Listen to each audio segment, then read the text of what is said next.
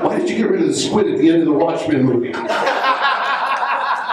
What's wrong with you? You know, that's interesting. That's never come up before. Yeah, no, you're the first to ask. Sword of Honor, come to my hand. I, Lion-O, command it. ThunderCats, ho! And you're watching The Dorkening. All right, if you're here because you're a fan of movies or video games and you want to meet Mr. David Hayter, raise your hand. That's it? Do you really want to meet him? Because I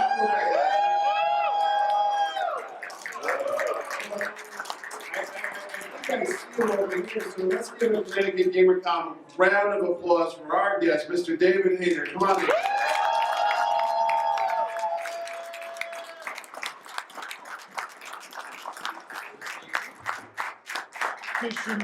Oh man, I kept you waiting, huh?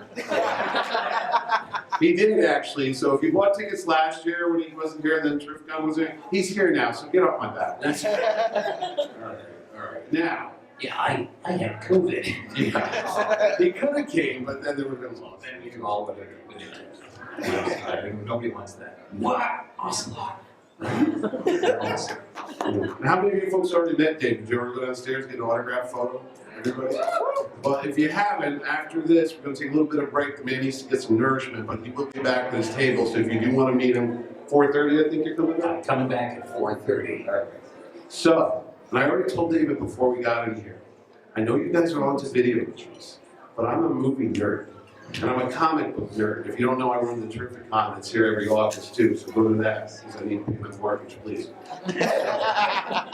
I know David's work from movies like X-Men 1, X-Men 2, and The Watchmen. So before I bore you guys with movie stuff, I'm going to ask him about that first, and then I'm going to open it up to you folks so you can ask anything you want. So just indulge me for a minute.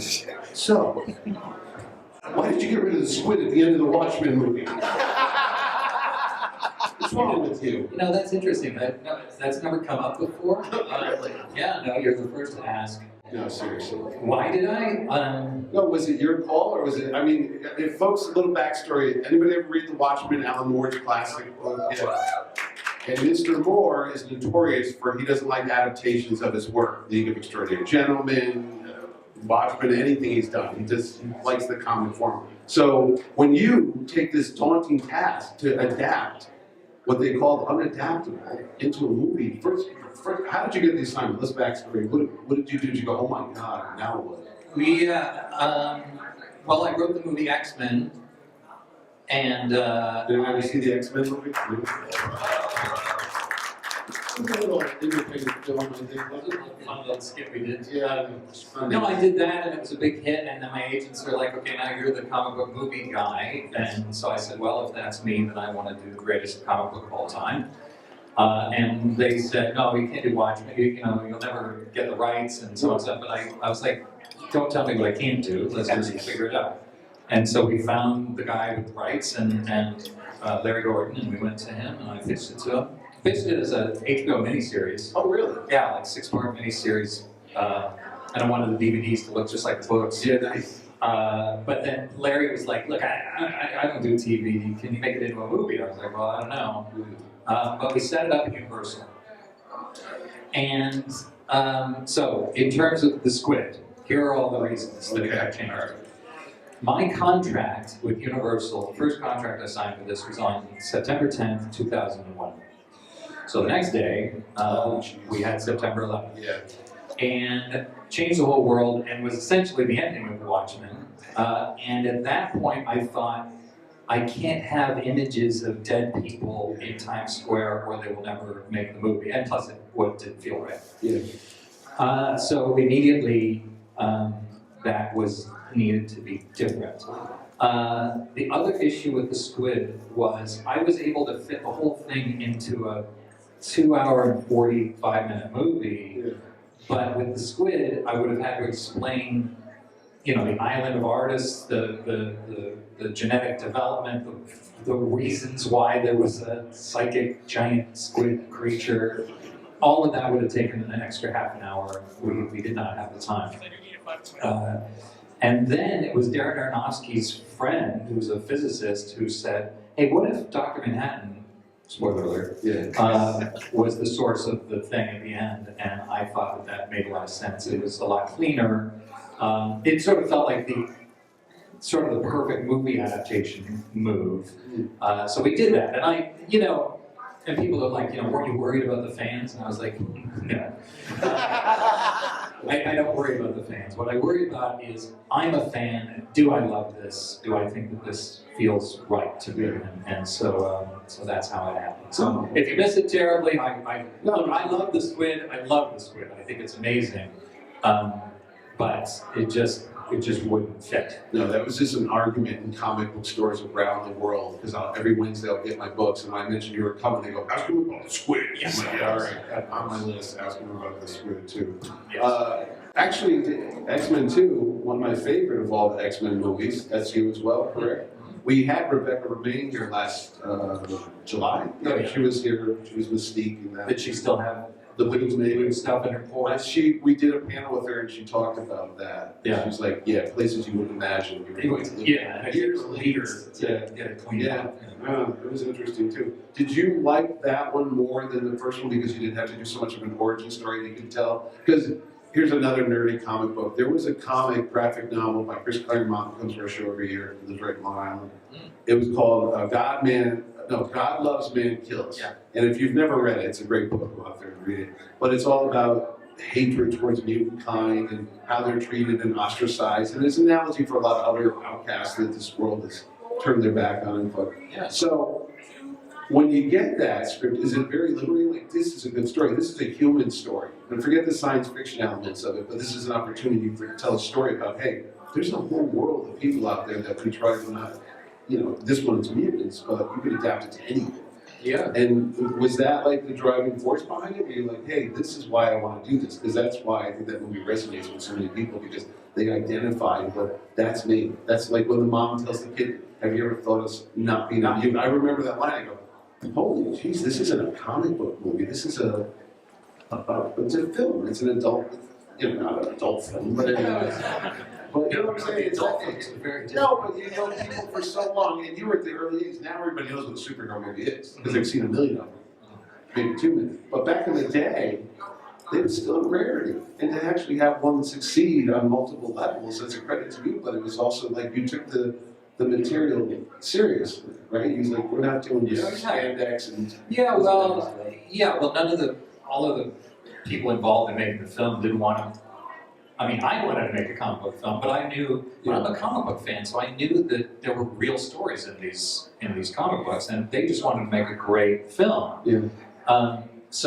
We did. So when we started working on X-Men 2, I suggested God Loves, Man Kills. That was actually my subtitle for the film. Okay. My first scripts, that's what it says. I think the studio thought that might be too edgy, but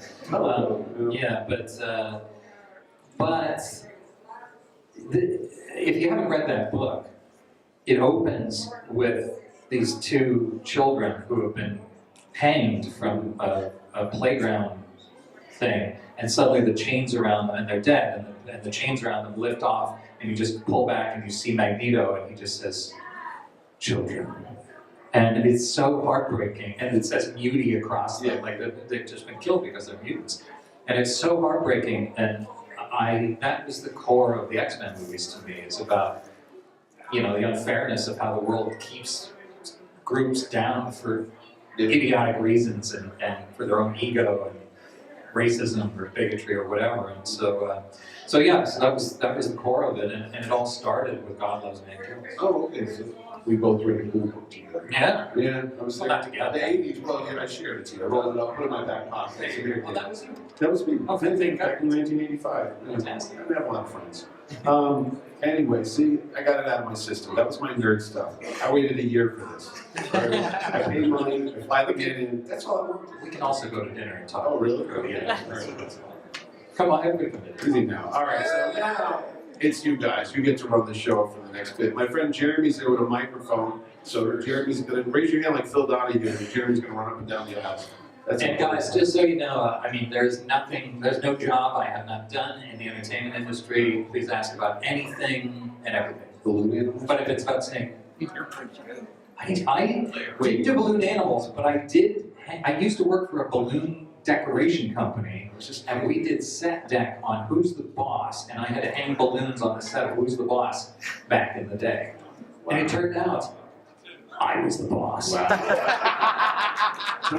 but I didn't know that at the time. Tony Hands has got nothing on you. That's right. You, sir. Sorry. Yep. Hi. Hey.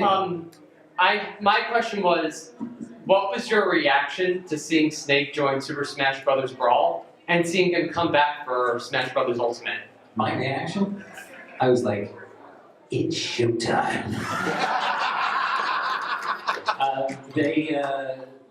Nintendo asked, they said they want to include Snake, and they asked me and Konami if we could record the codec things and all that stuff. And of course, I was like, that sounds amazing. So we were recording Metal Gear 4, and one day the Nintendo people came into the same booth, and we just took a break, and then me and the Colonel and Otacon, we did our codec calls. And it was so fun, because, you know, Snake is so serious that he's inadvertently hilarious. And so, you know, so to do something that was intentionally comedic was really fun. And also knew it would be a whole different audience for Snake. So now, you know, like little kids who shouldn't be playing Metal Gear are now playing Metal Gear. Any other questions? Jeremy? How about Snake? Snake in the back. He's dressed for it. So I have a question now. If given the chance ever to do Snake again, would you do it? Snake again? I'll do it. Yeah. Why? Do you have a gig?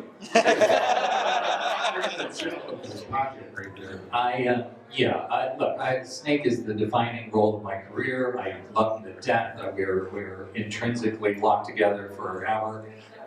Yeah, I would love to do it again. You know, it's complicated. It's not. I don't own it. It's wrapped up with corporations and Kojimas and all those things. But if there's an opportunity, I'm there. So it's a totally non-video game. It's actually a writing question Yeah. for you, because I know you did a lot of writing work. What's your best advice to like breaking out and like getting something you've written out there, like a screenplay, movie, scripts like that? What's your best advice from really trying to like find a way? Do I just make the fan film and hope someone watches it and then like, oh, maybe I like that guy's writing? Do I just publish that graphic novel? Like, what's the best avenue to do that? Well, that's an interesting.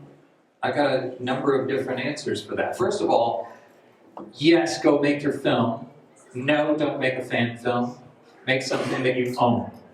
Fan film, that's great, and that tells me you're a fan, and maybe it tells me that you can write, but I can't do anything with it.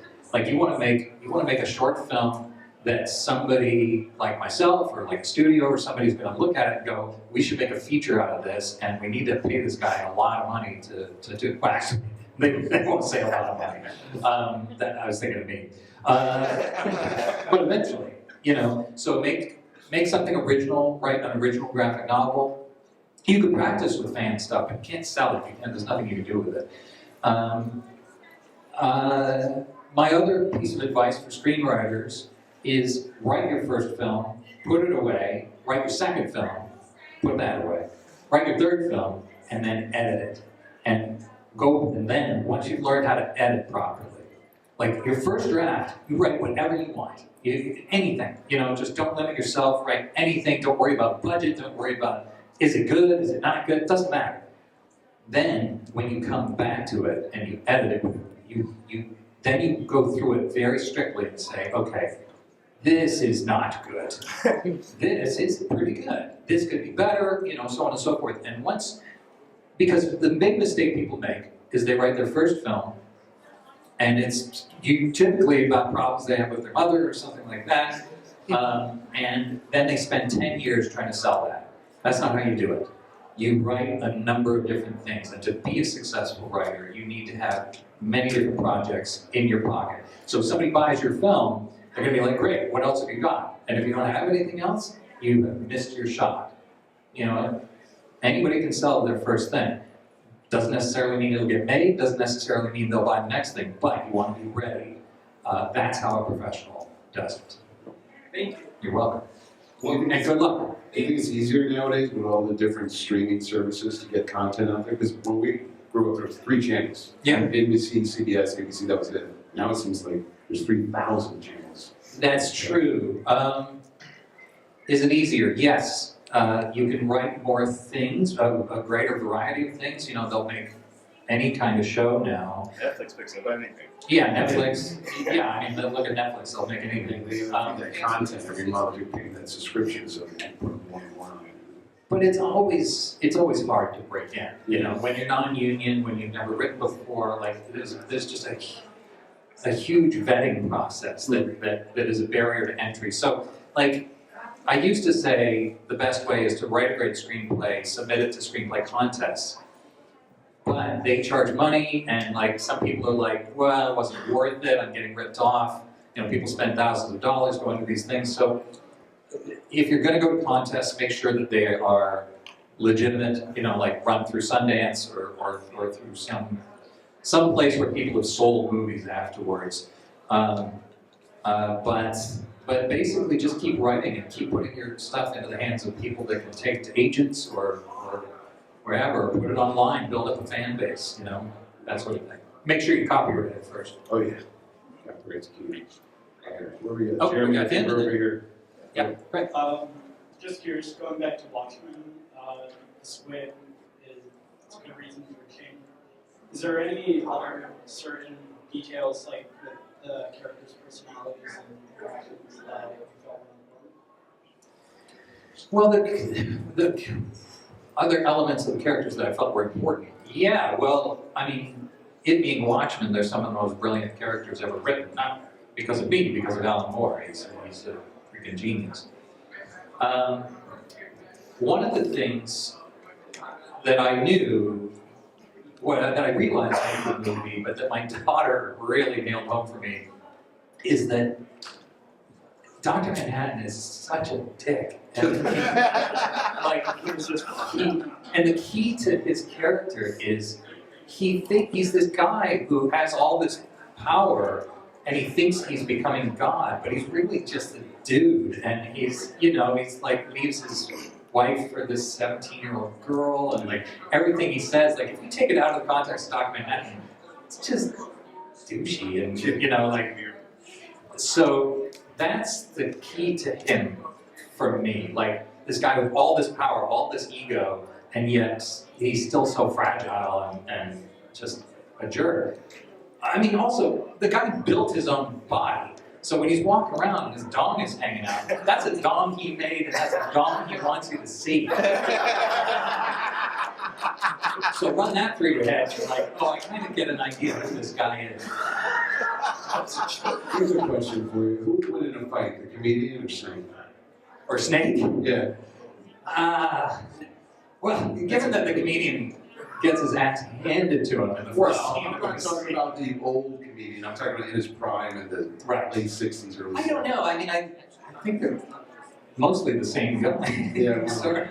I couldn't say for sure. That's a debate for the internet. Okay. And then Rorschach is my favorite. Sorry, one sec. So Rorschach, there was very recently a debate online about is Rorschach a good guy or is he a bad guy? Rorschach, and if he's a bad guy, why do we love him so much? Rorschach is a bad guy. He's a violent guy. He's a crazy guy. But at the same time, he believes. And the reason we loved him is because he believes in right and wrong. He represents everybody here who's ever read a comic book who wanted Superman to come in and save the day and just fix all the horrible things in the world. He believes that to his own end, and so that was really important to me, that he's almost, behind this psychopathic weirdo, he's still a child, he's abused as a child, never really developed emotionally from there. So that was also really important to me. Good. Here's a Watchmen question. The whole Black Pirate comic book thing, was that hard to try to put it in? Is that like the special edition, Yeah, the ultimate edition. We have like multiple editions of Watchmen at my house, and there's one that had that whole That's my favorite version. Yeah, but it's a separate thing. Was that like we're not gonna be able to put this into a 2.5-hour movie. Maybe a miniseries we could have done, but did you do it at the same time, or was it after? We had always planned to make the Tales from the Black Yeah. from the beginning. We planned to make Tales from the Black Freighter animated, and then we knew we would cut it in on the DVD. Oh, okay. Always. Oh, it's perfect, because I remember watching it, this is seamless, this is exactly like the comic, but I'm like, I don't know how this would have played in a theater. It would have put the movie over Yeah. well over 3 hours, and at least, but we knew that's what we wanted to Yeah, that is a great wanted to do, and from the beginning we weren't gonna make it without the Black Freighter. It's like a Watchmen. And then Yeah. it's just Well, hey, it's a good movie. But did you ever see the miniseries, the follow-up? I did, yeah, I liked it. Did you like that? Yeah, Mostly. mostly. But there were amazing things, like that episode 6 with Regina Yeah. King, where she's reliving her grandpa's memories. Yeah, that's right. That was amazing, and I loved Jeremy Irons as Ozymandias. Did you ever hear any feedback from Alan Moore? He's never watched it. I think I've heard He he's never, looked at it. but I spoke to Alan a few Oh, times while somebody gave me his phone number. Oh, cute. And so I just called him when I first got the job, and I was like, Mr. Moore, my name's David Hayter. I've set up the adaptation of your masterpiece at Universal. And I said, look, I know you don't have an affinity for Hollywood, and I don't blame you, but I want you to know how important this is to me, how important it is that I honor what you've done and try to, bring that to a larger audience. And I wanted to give you the opportunity to be as involved as you like, or not, or whatever. And he was so sweet. He was like, he said, oh no, David, Watchmen, the book is my story, and the movie's your story, but you give me a call anytime you'd like, and if you've got any questions, you let me know. Yeah, and I spoke to him a few times, and he was lovely. He gave a quote to Empire Magazine. He said, David Hayter's script is the closest adaptation, something like that, to Watchmen that I've ever seen. That said, I shan't be seeing the movie. Oh, all right. So it was kind of back in, but it's Well, no, he doesn't like. too. Well, he doesn't like Hollywood, No. but he respected me as a fellow writer, and he was awesome. He was awesome. That's cool. So Hey, how's it going? I kept you with him. It's alright, I was patient. I'm asking this question a really bad voice already. Is it okay if it's a two-part? Sure. Why not? One, Yeah. what would be your dream project with other voice actors? Oh God, I don't know. There's all sorts of projects. I mean, I can't talk about anything I haven't done or hasn't been made because I probably want to make it someday. But I would have loved to have done like an animated Sandman or something like that. But I can't really say. I have a deal to create an animated show, and part of the part of what I'm excited about is I happen to be friends with the greatest voice actors in the world, so I'm going to bring them all in and make something amazing. That's what I'm talking about. Yeah. Second part question is, what's the best way to get into voice acting? You go to iwanttobeavoiceactor.com. Plus, legit science, legit. Yeah, it's D. Baker put it together. People ask us all the time, and I'm like, I don't know. I just lucked into it, I just was a handsome young man with an amazing voice, So it's not a joke. Mom told me that. My mom thinks I'm cool. Yeah, thank you. I kind of fell into it, so I never know how to answer that question. But D. Baker, so go to iwanttobeavoiceactor.com and go to skillshub.com, where Jennifer Hale and Elias Toufexis and some of the greatest voice actors in the world teach classes. And that's how you'll get known by the community. Also, I just want to thank you. Years ago, I asked you to do a cameo for my friend Andrew. I probably don't remember, but I just want to thank you for that again. That was really awesome of you, man. My pleasure, my friend. Thank you. Thank you. Sorry, 1 second here. Now, prior to Metal Gear Solid, what was it that you were doing creatively, and what led up to you landing your role in Metal Gear? Who said that?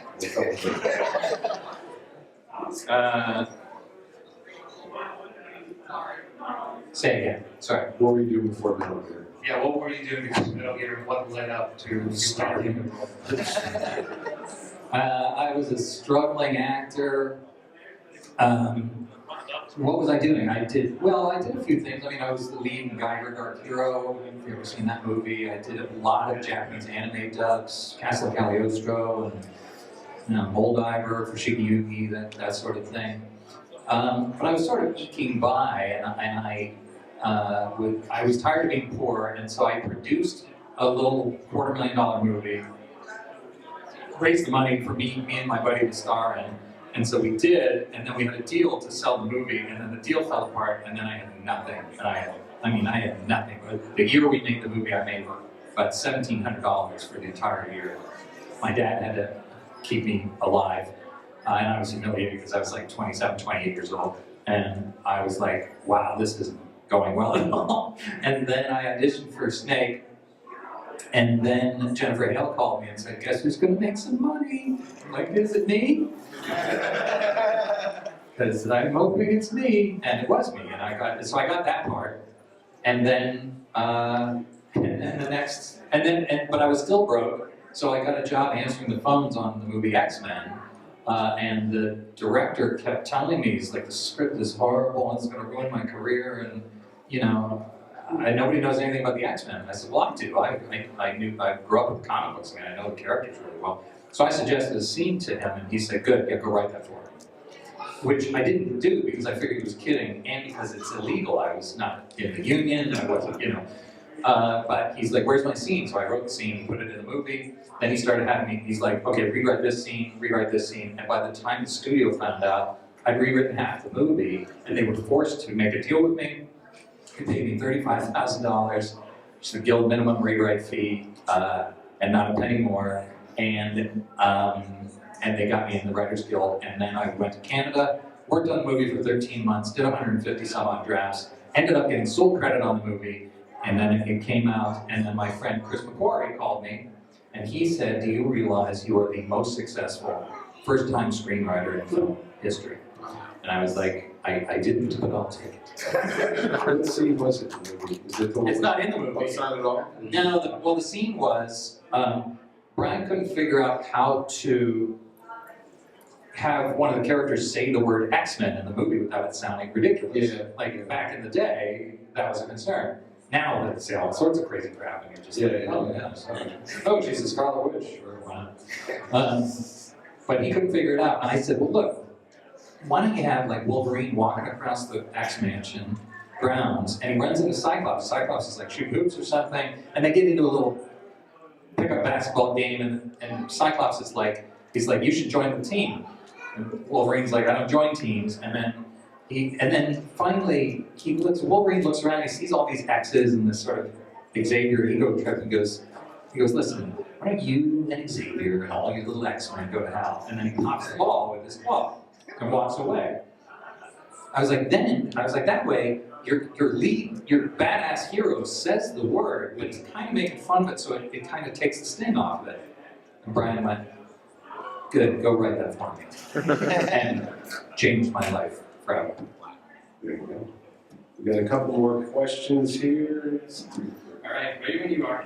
Outside of Smash Brothers and Fortnite, what other games would you like to see Snake and Ryan in, like crossovers? Genshin Impact. Let's see, Among Us. Donkey Kong, just Yeah, they could pop up in Donkey Kong. old school stuff. A bear all over a box. I don't know, whatever would expand Snake's dominion over video games to the rest of the world, I suppose. But Genshin would be pretty fun. There you go. Anybody else back there? Prior to Metal Gear Solid, had you seen Escape from New York? Were you aware of the comparison? And at any point post, have you met Kurt Russell or John Carpenter and had to talk about that? Had I seen it? Yes. I saw that movie. Well, it was one of those movies that when we were younger, like, our parents would rent R-rated movies on VHS, And so the ones I got to see that I shouldn't have seen were Escape from New York, Friday the 13th, The Road Warrior, like, these were staples. So, yeah, Escape from New York is one of my top 10 favorite films of all time. I watch it once a year. I'm in awe of it. I've been lucky enough to be working with John Carpenter for the past 9 years on a project, which hopefully is getting made this year. And we talked about it. And I said, so, I was like, did Kojima ever come to you and talk to you about Snake in this thing? He's like, the video game, yeah. It was, yeah, he asked me about it, and I didn't know anything about video games. And so I just said, yeah, go ahead. And he goes, I didn't make any money off of it, though. And I was like, you're kidding. You made a fortune.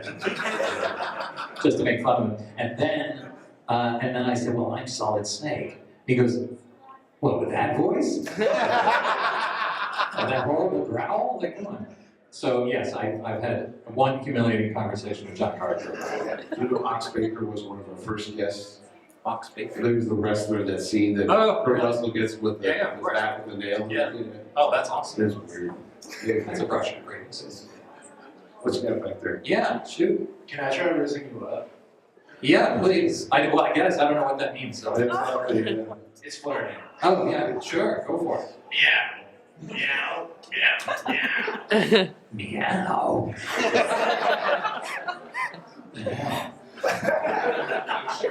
Your people, buddy. I know.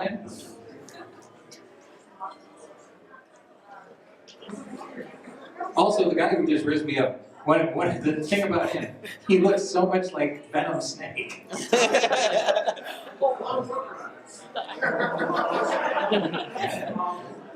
Sorry. Yeah. I have two things. One is a question, and the other one's like a voiceover or something. You're going to do a voiceover? No, you can do a voiceover. The second, Oh, sure. The first thing, I told this to my friend. How do you feel about the Twin Snakes being, I guess you could say, divided amongst fans in the MGS community? I didn't know anything about it until like a couple months ago. I never heard there was any controversy, and then I did, and again, it's fine, whatever. Like, you know, I hope people are happy. If they're not happy, there's not much I can do about it. Before I go, can I get Snake's death scream from Metal Gear Solid 1? Sure.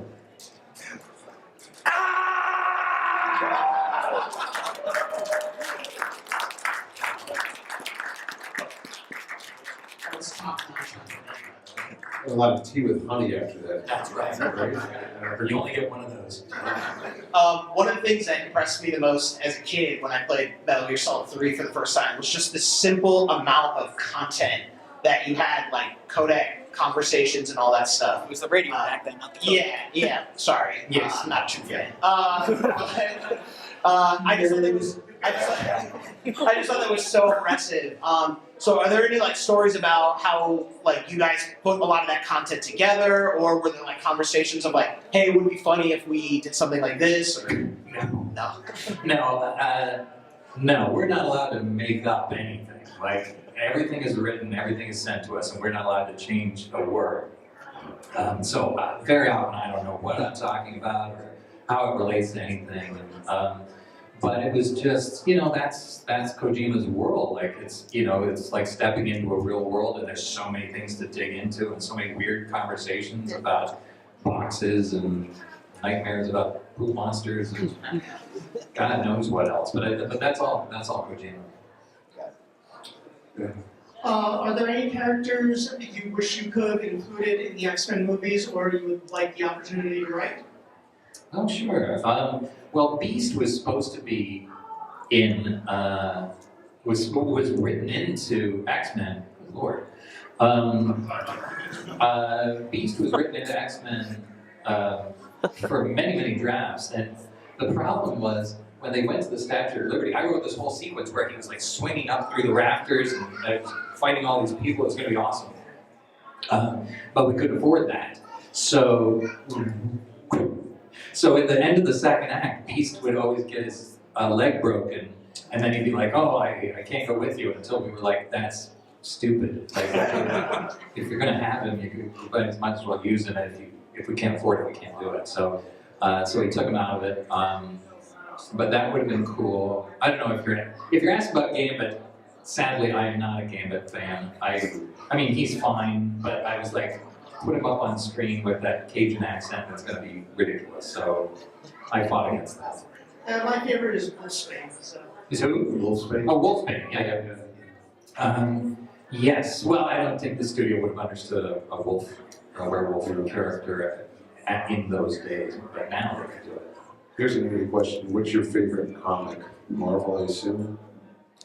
My favorite comic company? Comic book growing up. What was your favorite? Or did you like everybody? I So I was like like, X-Men, them all. fantastic. Whoever John Byrne was working on, or Frank Miller, I was like, oh, that's my new favorite book. Oh yeah, I mean, Yeah. Frank Miller's doing anything, Batman or Daredevil or anything. Yeah. You know, Watchmen was DC, but X-Men were Marvel. I mean, I was all over the place. I mean, I started with DC. I started with Superman and Batman when I was very young and into my teens. Yeah. And then when I was 12, my friends introduced me to Marvel, and I was like, oh, this is a whole different world. But I don't have any more love. I have maximum love for them all. Oh, okay. So you're not Marvel zombies. Nope. That's you. All right. I'm just a Marvel guy. Oh, I see. I see. Anyway, we have yeah, you're right. Was Metal Gear Solid 4 the most ambitious voice acting project you worked on? Oh yeah, by far. Yeah, so to give you an idea, Metal Gear Solid, the first game I did, took us 10 days to record. Metal Gear 4 took us 9 months.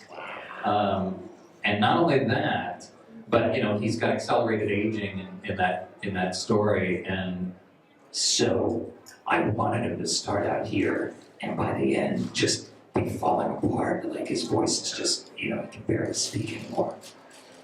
But to do that, we recorded it all out of order. So when we would do a scene, I'd have to say, okay, what percentage of the game are we into here? So I could know how desiccated to sound. And that was a serious challenge. And it was a massive, massive game to get done. But it's probably my proudest performance. It really turned out nicely, I think. Let's get 2 more questions before we finish up, because Dave's got to get some food in him. He gets go back some to the food. stairs. Yeah. Tasty. I just want to know, as a voice actor, how do you feel about AI being used, like AI voice models being used, like in the industry so flippantly? I feel negatively about it. Yeah. Well, I mean, I'm sure it's already happening, but any company I catch copying my voice is going to be regretful. Yeah, no, it's ridiculous. I mean, AI is fun, it's a fun toy and everything, but to take the jobs of artists to put it through this horrible regurgitation machine, I think is terrible. Now, you use AI to run the human genome and cure cancer, there's a benefit, you know. But to make art with it, I just don't think. I mean, so far it's all horrible. Maybe someday it'll learn to be Scorsese or something like that. But that today is not that day, and so I think it should be regarded. You know, I said it's a toy, not a revolution. So we'll see. We'll see where it goes. But I don't. I think if they took all of our voices and made a game with just AI versions, you're never going to get the same level of emotion and nuance and the ability to like shift in the moment to really hammer home an emotional beat. So I'm not overly confident about it, but I am strongly against AI taking any artist's job. One last question. He's got a nice shirt too. He does. Have you ever seen Saturday Morning Watchmen? And Oh yeah, I did. I just watched it, the trailer for that, and it's like the comedian's like, if I could just get that kiss from his daughter. Yeah, I mean, you talked about how you're trying to do everything right, and like for those of you who haven't seen it, he goes out of his way to get everything completely wrong. So that just made me think of that. It's really funny. If you haven't seen the Saturday Morning Watchmen trailer, is hilarious. And I can tell, I speak for a few of us in this audience, as a man over 30, congratulations on the full head of hair.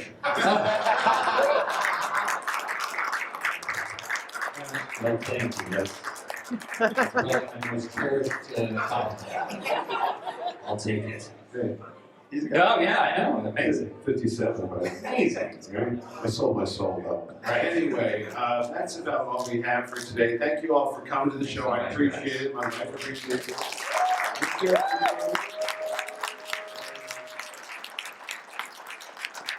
Thank you so much.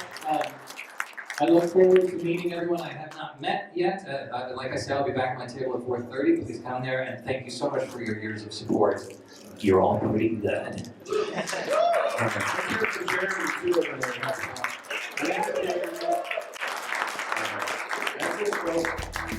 Excelsior!